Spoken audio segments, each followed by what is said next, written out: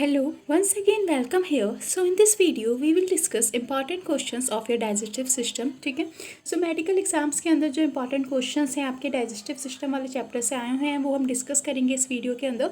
इससे पहले मैंने एक वीडियो बनाई थी जिसके अंदर हमने इसमें जो न्यूट्रिएंट्स वाला पोर्शन था उसके वीडियो टॉपिक्स को कवर किया था, उसके क्वेश्चंस को कवर किया था.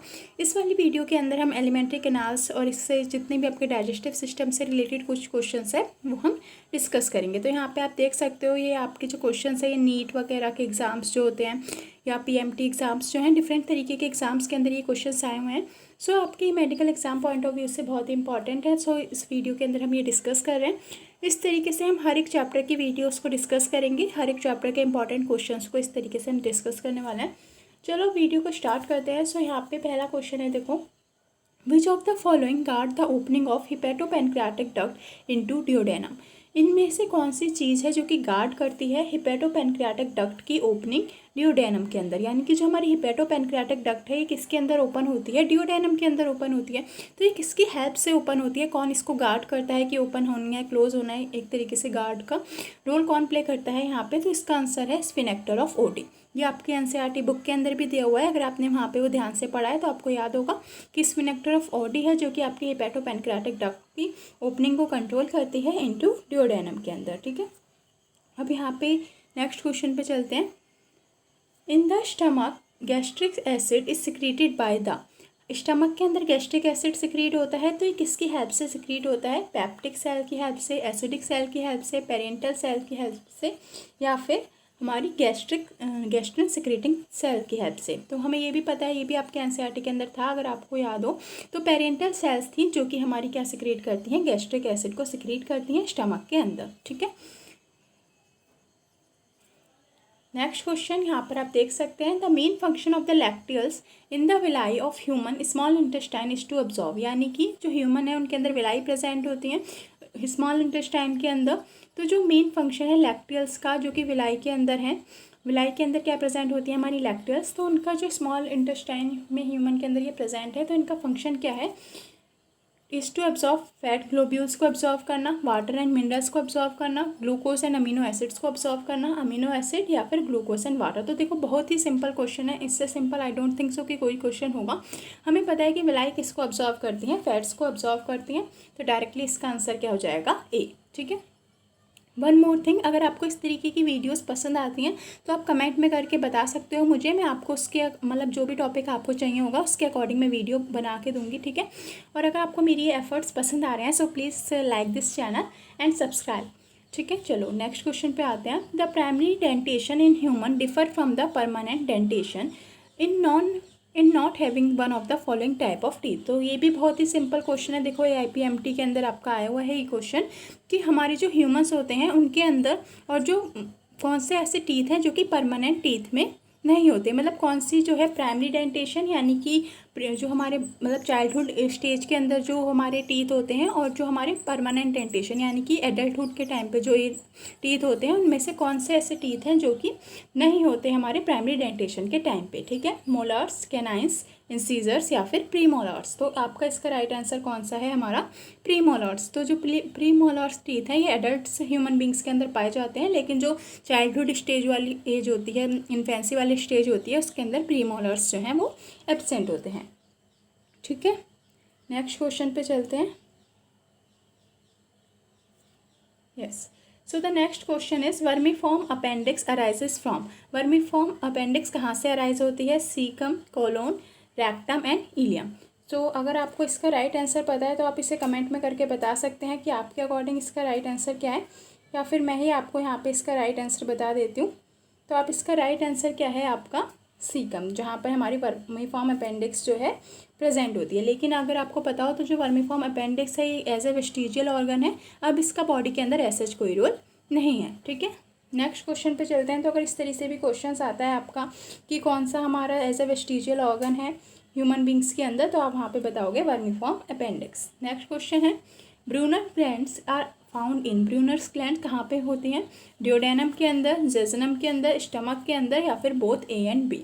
तो इसका राइट आंसर आपके अकॉर्डिंग क्या होगा, तो अगर आप पहले वीडियो को पॉज करके अपने राइट आंसर भी प्रिडिक्ट कर सकते हो कि आपके अकॉर्डिंग राइट आंसर क्या होगा। सो राइट आंसर यहाँ पर क्या है, ए। डिओडेनम के अंदर जो है हमारी ब्रूनर ग्लैंड्स प्रेजेंट होती हैं, जो कि क्या सिक्रीट करती हैं, एंजाइम्स एंड म्यूकस को सिक्रीट करती हैं। तो अगर इस तरीके से क्वेश्चन आता है कि ब्रूनर ग्लैंड्स क्या सिक्रीट करती हैं, तो आपको पता होना चाहिए वो म्यूकस एंड एंजाइम्स को सिक्रीट करती हैं।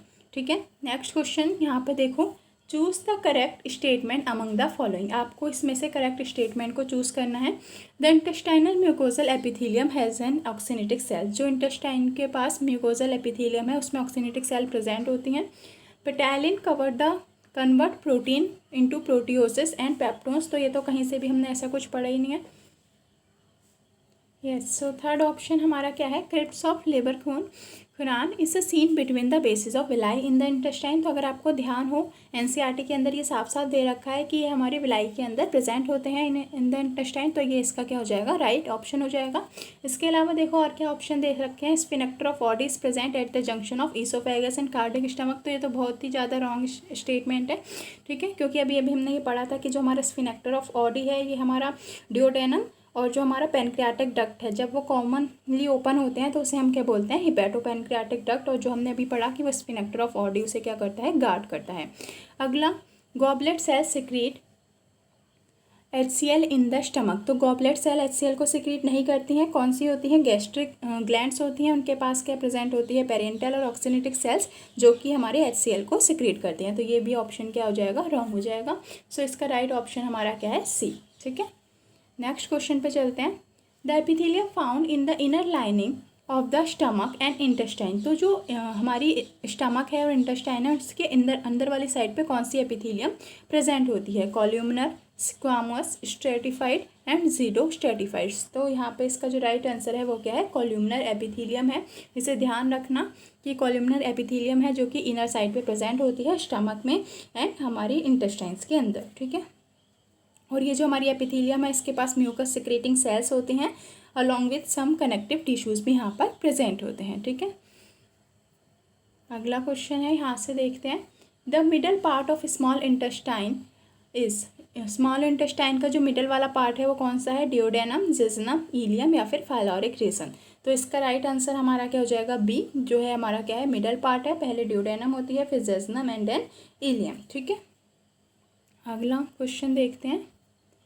यस, सो यहाँ पर देखो, ileocaecal valve is present in between. कहाँ पर ये प्रेजेंट होती हैं, ये हमारे को बताना है। Colon and the large intestine, colon and the small intestine, stomach and small intestine, cardiac stomach and fundus. तो यह कहाँ पर प्रेजेंट होती है हमारे, इसका राइट ऑप्शन क्या है, B. Colon and small intestine पे इलोकेकल्स वेव्स जो हैं प्रेजेंट होती हैं। ठीक है, तो इसे आप अपनी बुक के अंदर नोट कर सकते हो। And is guided by the ileocaecal valves. ठीक है, ये जो हमारी जंक्शन है हमारा सीकम और एक सेकंड, जो जंक्शन है हमारा इलियम और कोलोन का, इसे हम क्या बोलते हैं, इलोकेकल वेव्स, जो कि हमारी यहाँ पर है, कहाँ पर प्रेजेंट होती है, कोलोन एंड स्मॉल इंटेस्टाइन। ठीक है, अगला क्वेश्चन है, argentaffin cell in human beings is are found in. ये कहाँ, ये जो सेल्स हैं एग्रीटेफिन सेल्स ह्यूमंस के अंदर, ये कहाँ पर मिलती हैं, स्मॉल इंटेस्टाइन के अंदर, स्टमक के अंदर, लार्ज इंटेस्टाइन के अंदर या फिर लीवर के अंदर। सो इसे आप नोट कर लो, ये हमारे कहाँ पे प्रेजेंट होती हैं, स्टमक के अंदर प्रेजेंट होती हैं। ठीक है, next question, in human being 3 pair of salivary glands. ठीक है, ये तो हमें पता है कि ह्यूमंस के अंदर 3 पेयर ऑफ सलाइवरी ग्लैंड्स होते हैं। ठीक है, and numerous buccal glands produce about. तो ये हमारी जो सलाइवरी ग्लैंड्स हैं और ये जो बकल ग्लैंड्स हैं, ये कितने अमाउंट में सलाइवरी पर डे प्रोड्यूस करती हैं, हमारे को ये बताना है। तो ये मतलब इसकी ये कॉन्ट्रोवर्सी सा रहा है कि कुछ लोगों के अकॉर्डिंग इतने अमाउंट में जो है हमारा सलाइवा प्रोड्यूस होता है, यानी कि डिफरेंट लोगों की डिफरेंट ओपिनियंस हैं इसके बारे में। बट इसका जो आपका राइट आंसर है वो आपका क्या होगा, बी। ठीक है, 1.5 decimetre of saliva per day. अब यहाँ पर ये जो, अगर हम इसे लीटर के अंदर, ये जैसे डेसीमीटर के अंदर दे रखा है, अगर ये लीटर्स के अंदर क्वेश्चन में आता तो आप कितने बताओगे, 0.75 से लेकर के 1.5 लीटर्स। ठीक है, तो इतना हमारा पर डे सलाइवा प्रोड्यूस होता है। और अगर हम इसे चेंज करें डेसीमीटर के अंदर तो ये, क्योंकि हमारा 1 क्यूबिक डेसीमीटर 1 लीटर हमारा किसको रिप्रेजेंट करता है, 1 क्यूबिक डेसीमीटर को, तो ये हमारा क्या हो जाएगा 0.75 से लेकर के 1.5 डेसीमीटर तक हमारे जो है सलाइवा प्रोड्यूस होता है। ठीक है, अगला question, in the gastrointestinal tract of the Meissner plexus the and the Auerbach plexus occur respectively in. तो ये वाला question I don't think so कि आपका ये एएमयू के अंदर आया हुआ है।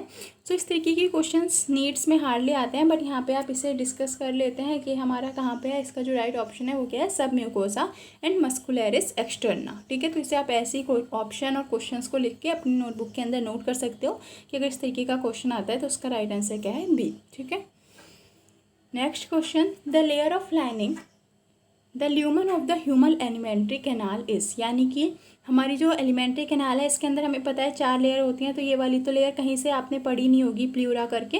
तो ये 4 लेयर्स होती हैं, सेरोसा, मस्कुलरिस, सब म्यूकोसा एंड म्यूकोसा। तो सबसे अंदर वाली साइड पे ल्यूमन यानी कि जैसे ये है, तो सबसे अंदर वाली जो साइड है वहाँ पर कौन सी लेयर प्रेजेंट होती है, तो आपको वो बताना है। सो इसका जो राइट आंसर है ये हमारा क्या हो जाएगा, मस्कुलरिस। ठीक है, तो इसे आप नोट कर लेना अपनी कॉपी के अंदर। तो सबसे अंदर हमारी मस्कुलरिस, म्यूकोसा, इस तरीके से ये लेयर्स प्रेजेंट होती हैं। तो आगे चलते हैं नेक्स्ट क्वेश्चन पे, विच of the following correctly represent the normal adults of human dental formula, यानी कि ह्यूमन डेंटल फार्मूला हमारा कौन सा है ये आपको यहाँ पे बताना है। तो ये तो बहुत ईजी है, यहाँ पे आप इजीली बता सकते हो कि राइट फार्मूला हमारा क्या है, 2123।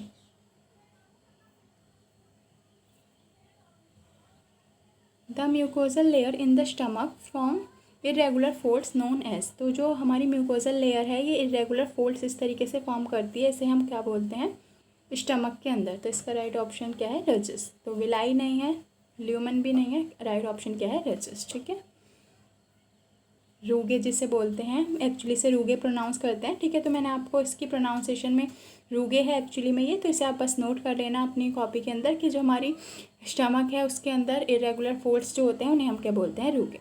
ठीक है, तो यहाँ पे अब इस वीडियो को एंड करते हैं। अगर आपको कोई भी प्रॉब्लम आती है, कोई डाउट आता है कोई भी क्वेश्चंस को सॉल्व करने में, तो आप उसे कमेंट करके बता सकते हो। और अगर आपको ये वीडियो पसंद आ रही है so please once again request है आप इस चैनल को सब्सक्राइब कर सकते हो। ठीक है, और कोई भी आपको सजेशन देनी है सो वो भी आप कमेंट करके बता सकते हो। ठीक है, सो नाउ बाय बाय।